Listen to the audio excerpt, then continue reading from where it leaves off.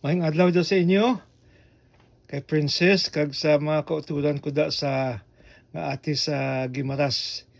Wow, nihidla na gid ko sa inyo, galing kay Tigulit na gid kita. Hindi ako pwede mag-travel eh. Dali kung bata-bataon bata, makadto ko da kada twice a year, pero hindi na gid pwede. Kumudla gid kayo, gin warningan ako sang doktor ko nga base may matabo sa akon kung mag-travel ako sa Pilipinas. So, makita na lang kita dito sa video, okay? Ang gusto ko lang tani remind sa inyo nga ang mga manok ninyo kung makahatag ka mo duty, no? Kaya biski pulo lang ang manok nga once in a while makapangatag ka mo para nga ang iba ng mga ate mga matagaan man. Kaya may plano ako later on pag may duty kinakakwarta kung pwede ipangatag nyo lang sa sa mga kauturan nyo para kay hindi mo na maayo nga kuha lang ka mga kuha nga wala sa mo ginahatag eh. So remind ko lang kamo, okay? Kay bala mo sa Ginoo na halin ang ang mga manok nga ginabulig naman sa inyo. Di kinahanglan i-share naman ninyo sa iba ng mga kapwa nga nyo katubo nga katribo nyo, okay? Ang malanag na request ko. Anyway, ang gusto kong ihambulon sa inyo subong adlaw ang tawag sa English na goal setting, no? Kung paano natin makuha ang aton mga ang aton nga ang aton nga panumdum o aton ginag-dream, ang aton nga ginadamgo sa aton nga pangabuhay. Kung paano natin ma-achieve na kung anong damgo naton, may damgo kita nga magdamo aton nga manok, may damgo kita nga makabataan naton na maka-eskwela sa college, may damgo kung anong damgo sa aton na tagipusoon. May Bible verses nga mabulig sa aton para maabot gina naton ang damgo naton sa pangabuhi naton, ang goal naton sa pangabuhi. The first thing I'd like to share with you is sa Proverbs 21:5, no? Basahan ko sa English po, i-translate ko sa Ilonggo. The plans of the diligent lead to profit as surely as haste leads to poverty. So kung i-translate ko ni sa Ilonggo namin sina ang wala gaobra ang tamad, no? Wala sang profit.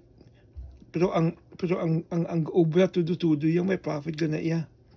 Kung tamad ka hindi imol ka gid ya. Kaya amo nang reason nga imo ang mga tao kay tungod sa katamatan, no? Pero kung gaobra ka may makuha ka gid yang profit. Tapos secondly, ala sa Proverbs 16:3, basahan ko luwat sa English kag i-translate sa Ilonggo. Commit to the Lord whatever you do and He will establish your plans. So, kinahanglan ang mga plano naton, kung may plano kita sa pangabuhi naton, mga muyo kita nga sa Ginoo, ipakita mo sa akon kung anong plano sa pangabuhi ko. Di kinahanglan ang aton nga plano sa pangabuhi, hindi lang aton, kundi galing haling gid sa Ginoo. Ginoo, pray ka mo, Ginoo, anong plano mo sa pangabuhi ko? Ba ipakita mo sa akon? Anong plano mo sa akon nga pangabuhi? Tapos thirdly, sa Philippians 4:13, I can do all things through Him who gives me strength. So which means ang aton kakusugan nga makuha naton ang damgo naton sa pangabuhi, hindi lang halin sa aton, kundi halin sa Ginoo. No, ang aton nga ang aton nga strength, ang aton nga pagkusog nga maabot naton ang aton nga damgo sa pangabuhi halin sa Ginoo. Hindi lang sa aton, kundi halin sa Ginoo. So mag-pray kita nga tagaan kita sang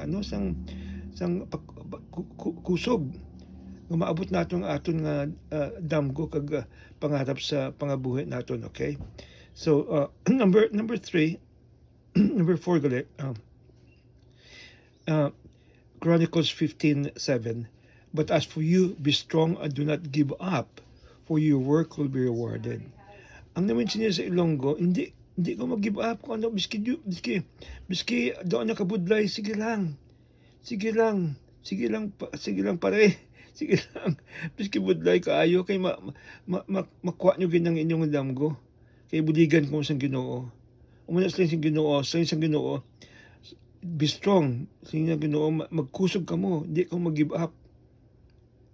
Kay may rewarded ka mo sa inyong pangabuhi.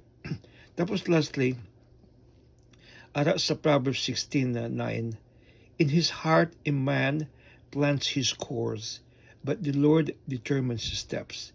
Ano minsan sa Ilonggo, kita may mga damgo kita, may mga plano kita, pero ang plano naton i-compare sa plano sa Ginoo, hindi maayo. Di kinahanglan madepend gid kita sa Ginoo kung anong plano naton sa pangabuhi para maabot naton ang aton nga damgo, ang aton nga dream sa aton nga pangabuhi. Kung anong dream ninyo.